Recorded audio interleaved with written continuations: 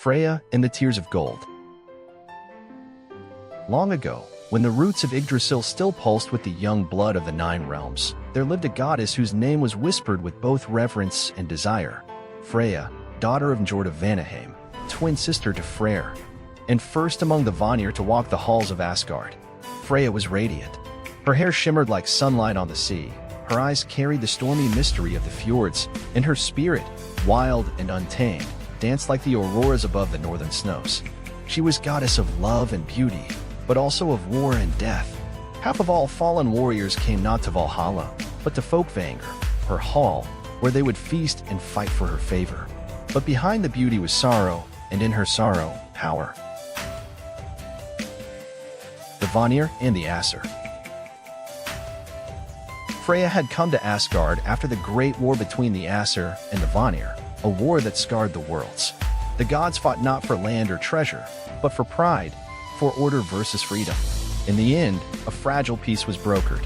Freyja, her brother Freyr, and their father Njord were sent to Asgard as part of the truce. Though she smiled, Freyja missed her homeland, the golden fields and moonlit forest of Vanaheim. In Asgard, she was respected, desired, even loved, but always watched. The Aesir did not trust her magic, Cedar, the deep, winding magic of fate and dreams. Odin himself asked her to teach it to him, and she did, though she kept the oldest secrets for herself. The Necklace of the Brísingamen. One of the great turning points in her story was the forging of the Brísingamen, the most precious necklace in all the Nine Realms. It was crafted by 4 dwarven smiths beneath the earth in Svartalfheim. Freyja saw it once and knew she must have it, not for vanity, but because in its gleaming gold she saw a vision of her lost homeland. The dwarves named their price, 1 night with each of them. Freyja, unashamed of her desire or her power, agreed. She spent 4 nights in the deep halls, and in return, she took the necklace and wore it always, close to her heart. When Odin discovered how she had acquired it, he was enraged, not because of lust, but because of her power to make any sacrifice, to weave fate to her will. He sent Loki to steal it from her, and the trickster god, as ever, succeeded. But Freyja's fury was as terrible as it was beautiful. The necklace was returned at a price. She would stir war among men until blood filled the rivers, until the fields turned red, to balance what was taken.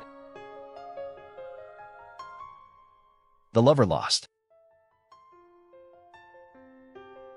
But it was not the Brísingamen that drew her tears of gold. Freyja's heart belonged to Ar, a mysterious god or spirit whose nature is still debated by the wise. Some say he was a reflection of Odin, or even Odin himself under another guise. Others say he was a wandering god of spirit and passion, never content to stay in one place. What is certain is that he left her, vanishing into the world, and that Freyja searched for him across Midgard, Jotunheim, and the furthest edges of the Nine Realms. Wherever she walked, her tears fell like shining drops, tears of gold, and the earth remembered them. Great rivers bore her grief, and mortal kings sought the stones that glittered in her footsteps, but her never returned. Freyja at Ragnarok. The end of days, Ragnarok, came on winds of fire and screams of the dying. Asgard burned, and Midgard cracked open. Freyja stood on the battlefield not as a goddess of love, but as a goddess of war.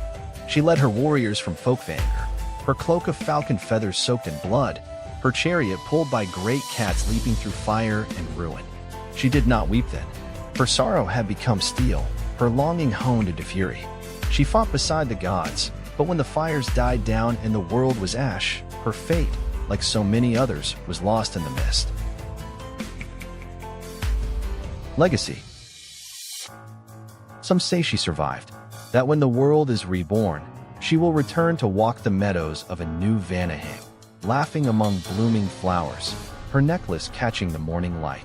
Others say she became one with the magic she had mastered, no longer bound to flesh, but whispering through dreams, through passion, through the fire in a warrior's heart or the longing in a lover's sigh. To this day, when gold is found where none should be, when falcons will high above the fjords, or when love makes fools and heroes of us all, the name of Freyja is spoken, goddess of many faces, mistress of fate, and queen of both love and loss.